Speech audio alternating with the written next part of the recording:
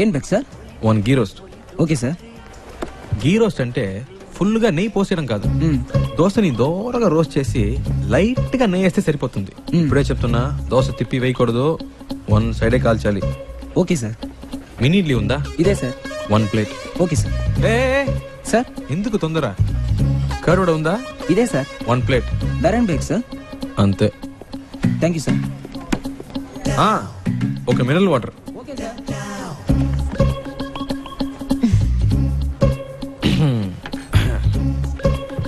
Curd vada, mini idli, okay, ghee roast, okay.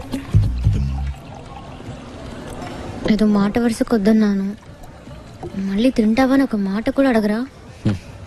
Hello, ఇవన్నీ order చేసింది మీకోసమే, తినండి. ఏదో మొహమాటానికి ఆకలేదని చెప్పారే కానీ